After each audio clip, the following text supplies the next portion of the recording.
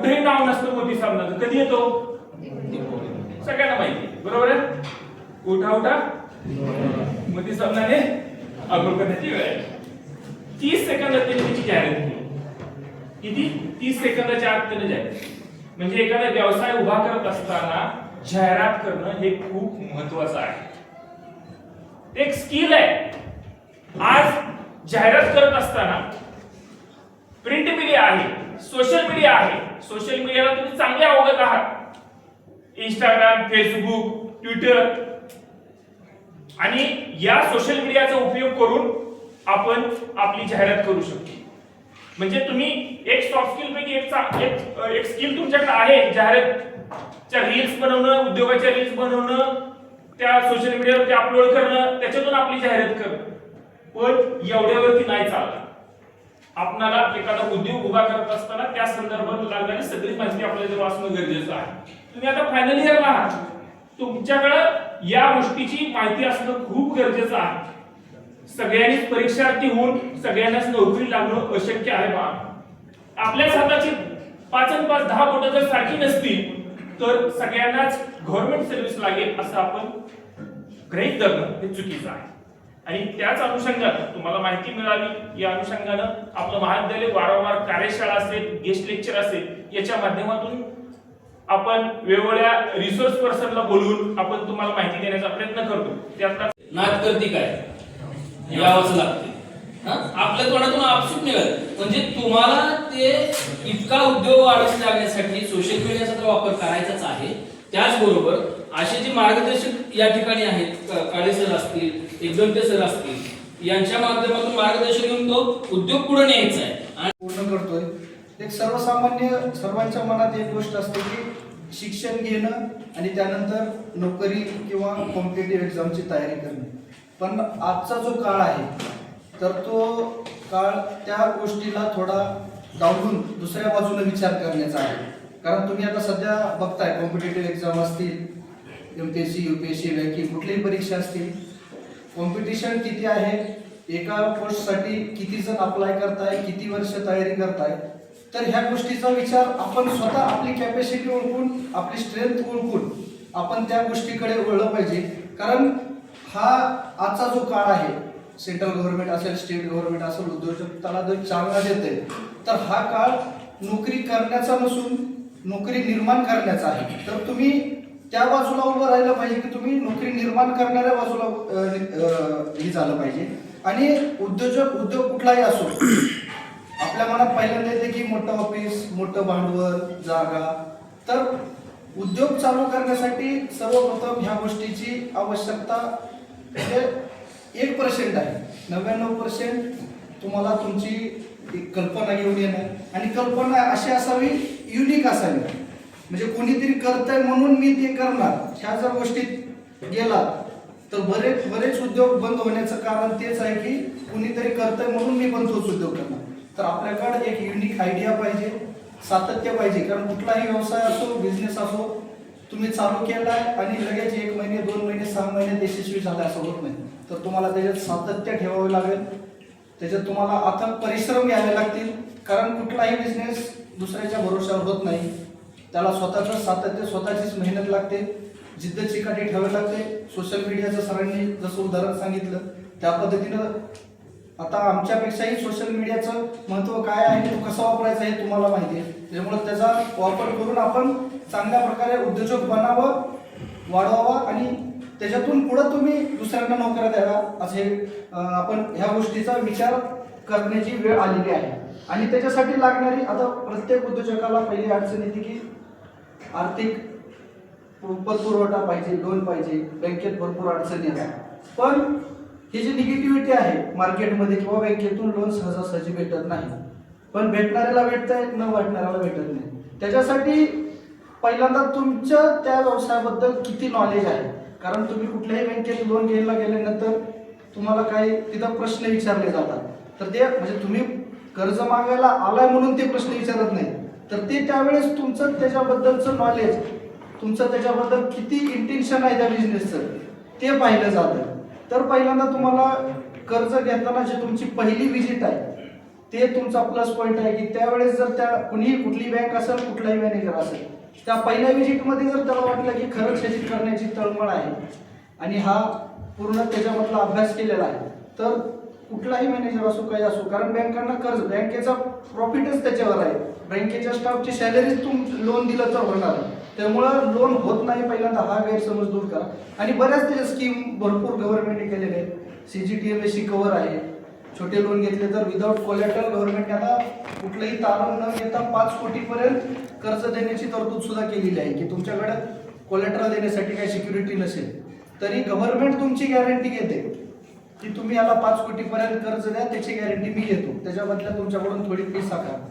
म्हणजे गव्हर्नमेंटनं तुम्हाला उद्योजक करण्यासाठी, चालना देण्यासाठी भरपूर स्कीम केलेल्या आहेत, पण आपल्याला त्या गोष्टीचा फक्त अभ्यास करावा लागणार आहे, त्या गोष्टींमध्ये थोडं वेळ द्यावा लागणार आहे.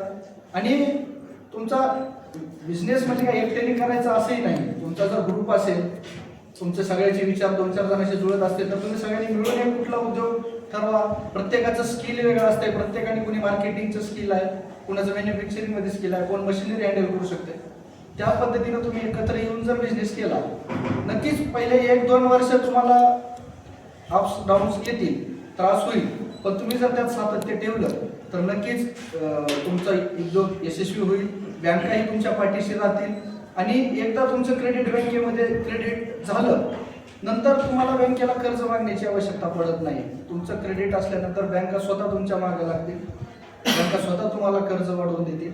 पण त्यासाठी पहिल्यांदा तुम्हाला स्वतःला सिद्ध करावे लागेल, तुमच्या उद्योगाला तेवढ्या बाबतीत तुम्हाला सिद्ध करावे लागेल. नक्कीच बँका तुमच्या पाठीशी उभं राहतील. त्यानंतरही बँकेच्या बाबतीत काही अडचण आली तर नक्कीच as a person, as a bank of Maharashtra प्रत्येक गोष्टीत पॉझिटिव्हली सपोर्ट करेल, एवढेच मी या ठिकाणी सांगतो. आणि सरांनी मला बोलवलं त्याबद्दल धन्यवाद. आणि खऱ्या अर्थाने याची गरज आजच्या समाज व्यवस्थेमध्ये याची गरज या ठिकाणी आज जाणवत आहे. या भारत सरकारने उद्योजकता विकासासाठी अनेक योजना त्या ठिकाणी अंमलात आणलेल्या आहेत. त्याच्यामध्ये प्रमुख योजना आपल्याला सांगेल स्टार्टअप इंडिया स्कीम. आता स्टार्टअप इंडिया स्कीम ही 2016 साली केंद्र सरकारकडून याची अंमलबजावणी करण्यात आली. आता या योजनेचा मुख्य उद्देश आहे की जी काही नवीन कल्पक उद्योजक आहेत, जी नवनिर्मिती करणारे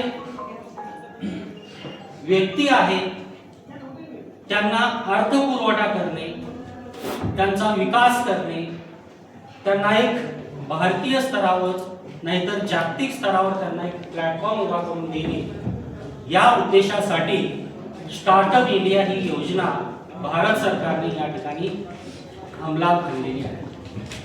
आता आपण पाहतो की बऱ्याच शासन असेल, केंद्र सरकार असेल, राज्य सरकार असेल, हे सर्व स्टार्टअप इंडिया म्हणून पूर्ण न्यूज चॅनलवर, टीव्हीवर या मोठ्या जाहिराती आपल्याला या ठिकाणी आज दिसून येतात. पण नेमकं स्टार्टअप मध्ये करायचं काय हे आपल्याला लक्षात येणं गरजेचं आहे.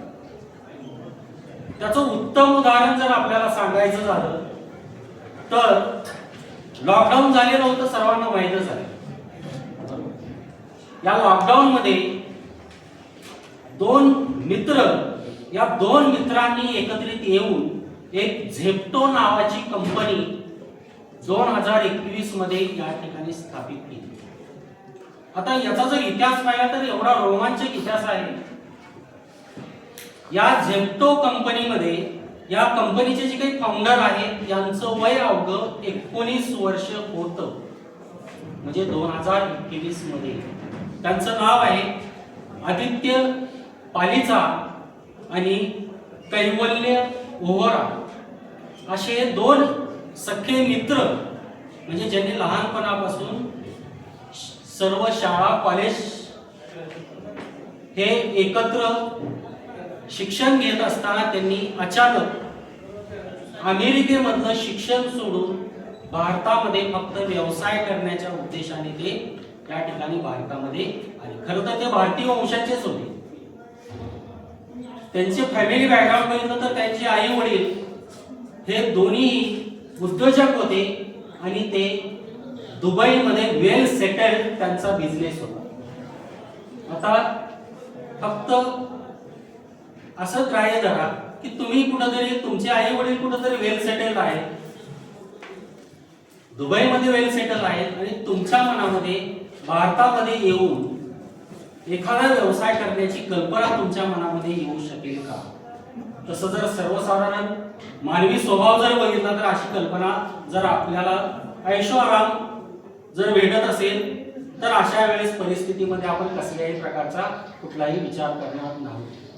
पण या दोन तरुणांनी एक विचार केला आणि त्याच्यामधून झेप्टो या कंपनीची स्थापना केली. सुरुवातीला या कंपनीचं भाग भांडवल हे 6 कोटी होतं. आजच्या कालावधीत जर मध्ये बघितलं 6 कोटी म्हणजे काही रक्कम नाही. पुढची आकडेवारी ह्या 4-5 वर्षामध्ये आकडेवारी, भांडवलाची आकडेवारी विचारात घेतल्यानंतर तुम्हाला लक्षात येईल की या कंपनीने किती मोठ्या प्रमाणामध्ये विकास आणि विस्तार केलेला आहे. आता या कंपनीने 2023 मध्ये या कंपनीचं भाग भांडवल झालं 9,670 कोटी रुपये. फक्त विदिन 2 इयर्स, 2 वर्षामध्ये. सध्या या कंपनीचं 2025च्या फायनान्शियल इयर नुसार या कंपनीचं भाग भांडवल आहे 58,000 कोटी रुपये. म्हणजे 2021 ला फक्त 6 कोटी भांडवल असलेली कंपनी 2025 मध्ये 58,000 कोटी एवढं भांडवल कसं काय आणू शकते? मॉडेल विकसित केलं, त्याला इन्व्हेंटरी मॉडेल असं त्या ठिकाणी म्हणतात. इन्व्हेंटरी मॉडेल मध्ये 3 किलोमीटर ठिकाणी एक डार्क स्टोअर उभा केला. डार्क स्टोअर, आता याच्या नावावरूनच आपल्याला लक्षात येईल की त्याला कसल्याही प्रकारचा दरवाजा नाही, कसल्याही प्रकारचा उजेड त्यामध्ये नाही, म्हणजे तिथं कोणी ग्राहक येऊ शकत नाही. अशा प्रकारचे डार्क स्टोअर उभा केले आणि या डार्क स्टोअरच्या अंतर्गत त्यांनी 1 ते 2 किलोमीटर अंतरामध्ये जेवढे काही ग्राहक आहेत तेवढ्या ग्राहकाला 10 ते 30 मिनिटांमध्ये वस्तू पोहोचती करण्याचं त्यांचा हा जो काही स्टार्टअप आहे तो स्टार्टअप करण्यास सुरुवात. या 2023 मध्ये ही कंपनी एक भारतामधील अतिशय उच्च आणि स्टार्टअप मधली नंबर 1 कंपनी म्हणून ओळखली जाऊ लागली. आणि अशा प्रकारे या कंपनीचा जो काही व्यापार व्यवसाय आज आपण पाहतो, आज हा एवढा विस्तारलेला आहे. या कंपनीने जवळपास 1000 डार्क स्टोअर उभा आहे आणि या डार्क स्टोअर अंतर्गत अनेक लोकांना ही कंपनी रोजगार या ठिकाणी उपलब्ध करून देते. आता याच्यामुळे, या झेप्टो कंपनीमुळे अनेक ई कॉमर्स कंपनीला खऱ्या अर्थाने मोठा धक्का या ठिकाणी बसलेला आहे. अमेझॉन असेल, फ्लिपकार्ट असेल, मिशो असेल, योनो डीमार्ट असेल, त्याचबरोबर रिलायन्सच्या बऱ्याच कंपन्या या ठिकाणी आहेत. त्या कंपन्या सुद्धा या कंपनीने झटका दिला आणि त्यांनी सुद्धा परत यांचं क्विक कॉमर्स किंवा क्यू कॉमर्स हे मॉडेल म्हणतो, या क्यू कॉमर्सच्या मॉडेलचा वापर करून आपला व्यवसाय सुरू करण्यास भाग पाडला. मग अशा अनेक कंपन्या आज सध्या त्याच्यामध्ये यायला सुरुवात आहे. आता हे जे काही स्टार्टअप आहे, हे स्टार्टअप साठी त्यांनी सर्वात प्रथम प्रायव्हेट लिमिटेड कंपनीची स्थापना केली. आता आपल्याला वाटतं की कंपनी उभा करणं म्हणजे खूप मोठं काम आहे. आज जर बघितलं, प्रोप्रायटरशिप, एकल व्यापारी संस्था, वेबसाईटवर आपल्याला आपली कल्पना काय करावी लागते, तिथं आपला प्रोजेक्ट एक सादर करावा लागतो आणि सादर केल्यानंतर जर आपली कल्पना उत्तम असेल तर अशा वेळेस आपल्याला स्टार्टअपचं एक सर्टिफिकेट त्या ठिकाणी मिळतं. म्हणजे आपली कंपनी काय स्टार्टअप इंडिया या स्कीम अंतर्गत रजिस्टर्ड झालेली कंपनी समजली जाते. आता या ठिकाणी पैशाची कुठेही गरज भासलेली नाही. प्रायव्हेट लिमिटेड काढण्यासाठी किंवा प्रायव्हेट लिमिटेड कंपनी स्थापन करण्यासाठी फक्त 1 लाख एवढं कॅपिटल आपल्याला आवश्यक असतं. फक्त तेवढीच आवश्यकता आहे.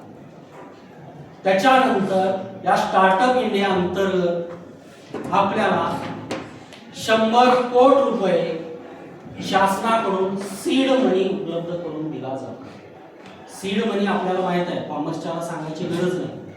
सीड म्हणजे मुळातून कंपनी उभा करण्यासाठी जो काही पैसा लागतो तो पैसा आज स्टार्टअप इंडिया अंतर्गत या ठिकाणी उपलब्ध करून दिला जातो. जवळपास 100 कोटी रुपये.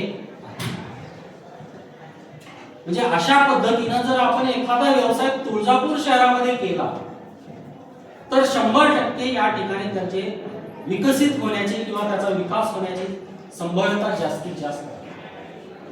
आता तुळजापूरचा जर आपण विचार केला तर तुळजापूरमध्ये सर्वात स्ट्रेंथ तुळजापूरची जर काय असेल तर तुळजापूरमध्ये येणारे भाविक आहे. बरोबर. ॲज अन ॲव्हरेज जर आपण काढलं तर जर दिवसामध्ये तुळजापूरमध्ये 50,000 भाविक येतात आणि जातात.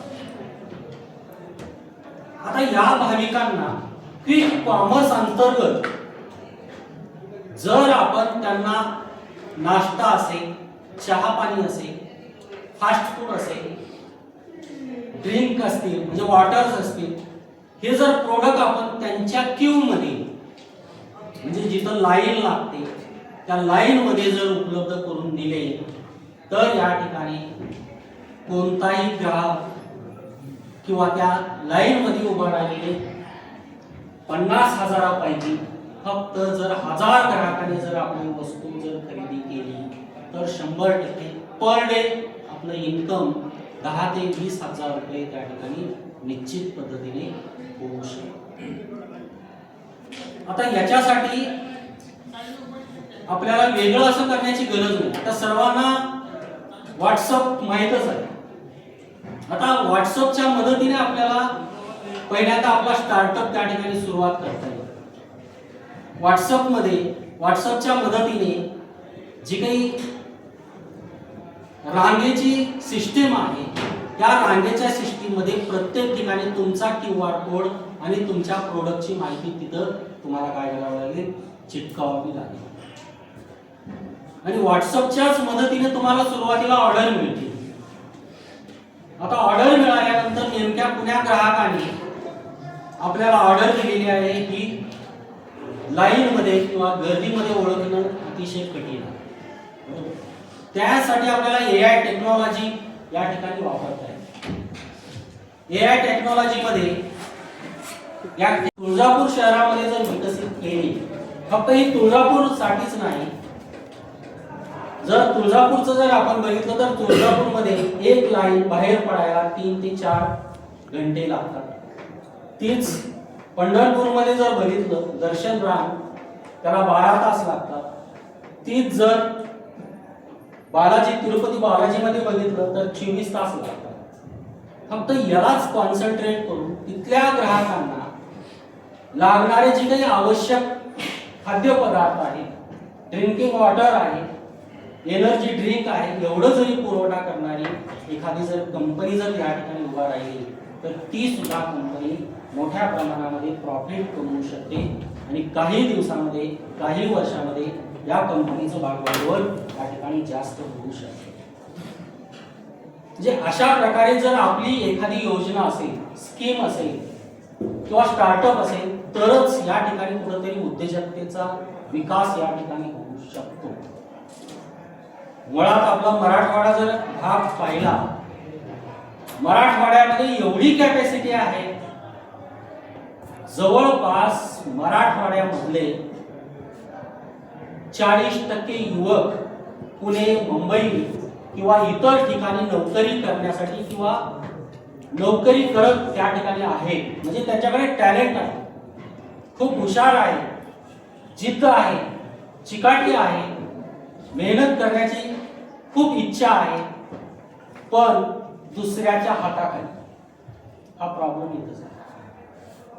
जोपर्यंत हे दूर होणार नाही, जोपर्यंत आपण स्वतः एखादा व्यवसाय उभा करणार नाही, तोपर्यंत आपला परिणामी आपल्या कुटुंबाचा, परिणामी समाजाचा आणि आपल्या मराठवाड्याचा कधीही विकास होणार नाही. म्हणून या ठिकाणी आपण कुठला तरी उद्योग स्थापित करावा. आता उद्योग स्थापित करणं कसा करायचा हे आज व्हॉट्सअपवर, फेसबुकवर किंवा बरेच युट्यूब आहे, या युट्यूबवरून आपल्याला सहज या ठिकाणी शिकता येतं आणि त्याच्याद्वारे व्यापार व्यवसाय या ठिकाणी आपल्याला कसा करायचा हे लक्षात येतं. आता या उद्योजक म्हणजे काय, तर उद्योजक होण्यासाठी काही विशिष्ट निकष आहेत आणि त्या उद्योजक होण्यासाठी म्हणजे व्यापार आणि उद्योग हे वेगवेगळे आहेत, परंतु उद्योजक हा व्यापक आहे. त्याच्यामध्ये त्याला सर्वप्रथम एक नवीन कल्पना त्याच्या डोक्यामध्ये येणं गरजेचं असतं की आपल्याला काहीतरी वेगळं करायचं आहे. जे पारंपरिक पद्धतीनं सुरू आहे त्या पारंपरिक पद्धतीनं सुरू असलेल्या उत्पादन असेल आणि त्याची विक्री असेल, त्याच्या व्यतिरिक्त काहीतरी वेगळं त्याला करावं लागतं. त्याला आपण उद्योजक असं म्हणत असतो. म्हणजे काय नुसते उद्योग लावलेत वगैरे असे जे शब्द वापरतो ना, ते त्याच्यासाठीच वापरलेले आहेत की उद्योग म्हणजे काहीतरी वेगळं करणं. त्याला आपण या ठिकाणी उद्योग असं म्हणत असतो. मगाशी सरांनी त्यांचे प्रास्ताविक करत असताना तुम्हाला उद्योजकांची व्याख्या पण सांगितलेली आहे की ह्याला उद्योजक आपण म्हणत असतो. म्हणजे नवनिर्मिती, धोका पत्करणं, आपले जे काही युनिट आहे त्या युनिटला योग्य प्रकारे मार्गक्रमित करणं, त्याचं व्यवस्थापन करणं, त्याचं नियोजन करणं, हे सगळं काम आपल्या उद्योजकाला करावं लागत असतं. परंतु मगाशी जे टितोर सर देखील एक त्यांचं प्रास्ताविक करत असताना एक त्यांनी सांगितलं या ठिकाणी की आपण उद्योजकतेकडे कधी वळतो, तर उद्योजकतेकडे वळायच्या अगोदर आपण काय करतोय की आपल्याला कुठं जी डिग्री प्राप्त झालेली आहे त्या डिग्रीच्या आधारे कुठं नोकरी मिळते का, कुठं आपल्याला जॉब मिळतो का, कुठं सरकारी किंवा खाजगी नोकरीमध्ये कुठे चांगल्या प्रकारची पगार आपल्याला प्राप्त होईल का, ह्या सगळ्यांचा आपण विचार करतो. आणि मग कुठंच काही वेळ नाही लागल्यावर आपण कुठे जातो, काहीतरी आपण व्यवसाय करू किंवा उद्योग करू. ही जी मानसिकता आहे ही मानसिकता आपण बदलली पाहिजे. म्हणजे आपण शेवटचा पर्याय म्हणून व्यवसायाकडे जातो, तर शेवटचा पर्याय म्हणून व्यवसायाकडे न जाता आपण पहिला पर्याय आपण व्यवसाय हा निवडला पाहिजे. कारण या पुढच्या कालावधीमध्ये नोकरीची परिस्थिती ही खूप बिकट होत चाललेली आहे. प्रत्येक जण इथं बसणाऱ्या जवळपास 95% विद्यार्थ्यांना वाटतंय की मला नोकरी करायची आहे. एक 4-5% असतील त्यांना असं वाटतं की मला माझा व्यवसाय करायचा आहे. परंतु 95% वाटतं की नोकरी करायची आहे. परंतु त्या 95% लोकांपैकी 5 ते 10% लोक सुद्धा नोकरीला लागणार नाही. मग राहिलेल्या 80-85% लोकांनी काय करायचं हा विचार करणं गरजेचं आहे.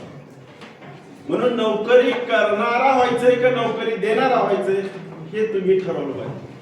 म्हणजे आपली जी मानसिकता आहे की अगोदर नोकरी आणि मग बाकीचं, याच्यापेक्षा अगोदर आपण आपला व्यवसाय करूया आणि मग बाकीच्या जे लोक आहेत त्यांना नोकरी देऊया, हा विचार तुमच्या सगळ्यांच्या मनामध्ये येणं गरजेचं आहे. आणि याकरता उद्योजक कशासाठी व्हायचं, तर उद्योजक रोजगाराची निर्मिती करण्यासाठी व्हायचं. लोकांना रोजगार निर्मित करून द्यायचा. आपला तर रोजगार निर्माण होणारच आहे, परंतु आपल्याबरोबर इतरही लोकांना रोजगाराची निर्मिती या माध्यमातून होणार आहे. त्याचबरोबर जेव्हा आपण एखादा उद्योग निर्माण करतो, आता उद्योग म्हणजे काय, बऱ्याच वेळेस आपल्याला असं वाटतं की उद्योग म्हणजे खूप मोठं जागा असणार आहे, खूप मोठं शेड असणार आहे किंवा खूप मोठी बिल्डिंग असणार आहे, त्याच्यामध्ये मोठमोठ्या इमारती असणार आहेत. हा विचार आपल्या मनामध्ये उद्योग म्हटल्यानंतर येतो. परंतु असं काय, हे असं असतं, परंतु तुम्ही तिथून सुरू करावं ही अपेक्षा नाही. अगदी छोटासा जरी तुम्ही उद्योग सुरू केला तर ती उद्योजकता असते. असं नाही की खूप मोठ्या प्रमाणामध्ये भांडवलाची गुंतवणूक करावी, खूप मोठ्या प्रमाणामध्ये कारखाने उभा करावे आणि मग त्याला उद्योजक आपण म्हणतो, तर असं काही नसतं. अगदी छोटे छोटे उद्योग जे ग्राम लेवलला किंवा आपल्यासारख्या छोट्याशा शहरामध्ये सुरू होतात त्याला देखील आपण काय म्हणत असतो, उद्योगच म्हणत असतो. म्हणजे अगदी एक छोटं उदाहरण सांगायचं झालं तर मग उद्योग आता एक सोलापूरहून पुण्याकडे जात असताना त्या ठिकाणी हुरड्याची जी काही हे आहेत बघा, काय म्हणतो त्याला आपण, हुरडा पार्टीचे काही युनिट्स तिथं आहेत, शेतकऱ्यांनी लावलेले आहेत. म्हणजे तो देखील एक उद्योग आहे. काय आहे तिथे, तर तिथं लोक गाडी करून जातात, तो शेतकरी आहे, तो शेतकरी तिथं हुरडा काढून भाजून देतोय, हुरडा काढतोय, भाजतोय, त्याच्याबरोबर त्याची इतर काही प्रोडक्ट्स आहेत तो तिथे विक्री करतोय, लोकांना सेवा देतोय आणि पैसे कमवतोय. आभार मानतो आणि सर्व मान्यवरांचे आभार व्यक्त करू आणि आता अध्यक्षांच्या परवानगीने कार्यक्रम संपला असं जाहीर करतो.